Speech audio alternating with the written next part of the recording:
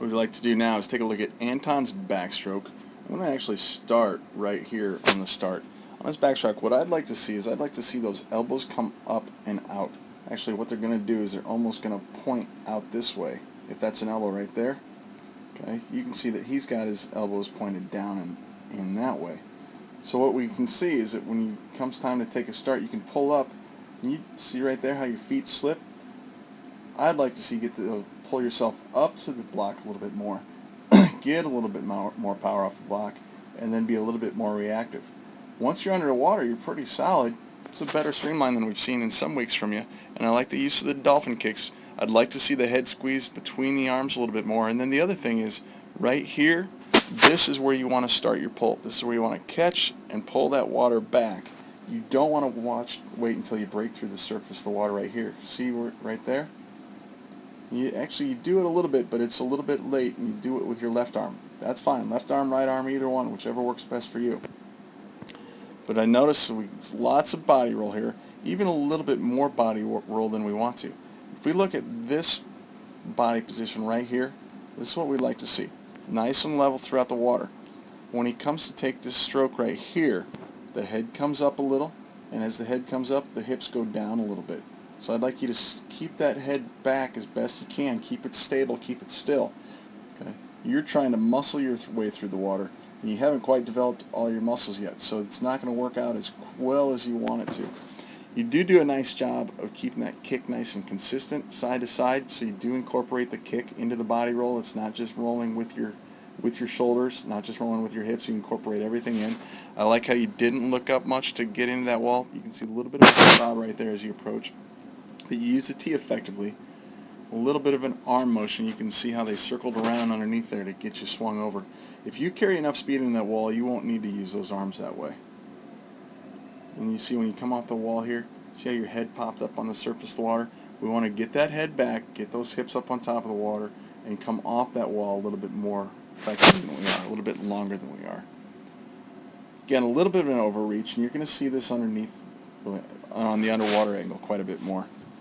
The kick itself, again, very consistent. I like that. I like how good a catch you get early on in the stroke. Okay, but see how you slip through the water really easily right there with your left hand? So there's a little bit of an elbow drop there. We want to maintain that elbow nice and high so you can finish strong. When you finish strong, that right arm or the left arm I should say, if you finish on a downward sweep, what it's going to do is it's going to turn your hips up and it's going to rotate your body for you. And that's ultimately what we want to get. But it's hard to rotate like that if you've got your chin down and you're not able to rotate back and forth real easily. But certainly something you can work on. Work on getting those hips up. Start with the head position, get the hips up, and the kick is going to carry you. Nice job. Let's take a look at it underwater. What we want to do now is take a look at Anton's backstroke. And one thing I noticed right off the bat is that we can get that streamline tightened up quite a bit. You've got a long, lean body, and you're going to start to put some muscle on. But just right there, tightening that streamline up is going to make you a little bit more efficient. It's also going to make your body a little bit more rigid throughout. It's going to make your kick more effective. First step is to get your hands together, wrap that thumb around the back of your hand. Now I like the catch for the most part. I think you do a nice job getting a deep catch. But what happens right here, actually this looks good. I like the angle of the elbow right there. I like how you're on the side. I like how you're kicking with your hips.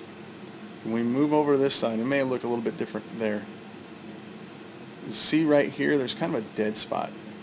So we're not finishing the stroke with as much oomph as we could. What I'd like you to do is set that hand and then accelerate and make it go by a little bit quicker at the end. Remember, you're going to accelerate those hands, so you start at one speed and you pick up speed. I think one of the things that hurts you when you do that is that you have such a wide pull.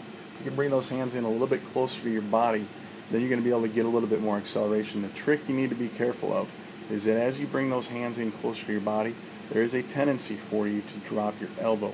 Not just you, but most everybody, as you bend those elbows. So we want to make sure that we've got those elbows pretty rigid, pretty high up in the water. For the most part, I like the body position here. There's not too much falling down. As long as you've got that, then you're going to be able to continue to maintain good stroke, especially as you get a lot taller. And you've gained a lot of size here just in even the last year. You can see right there, we can get a little bit more elbow bend. And then what happens is we've got that elbow bent, and we can snap the finish a little bit more. Your hands right now are going through the same speed throughout the entire stroke. We can actually see that a little bit more at full speed. And there's a little bit of acceleration, more than I give you credit for, but you notice how it's kind of pushing out and away from your body?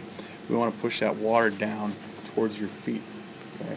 Right now, if we were to look at this from above, you'd be pushing water out away from your body. We want to push the water back down towards your toes. All in all, though, you can tell that you've gained a lot of size, you've gained a lot of strength here in the last year, and it's starting to pay off in your stroke. Nice job, Anton.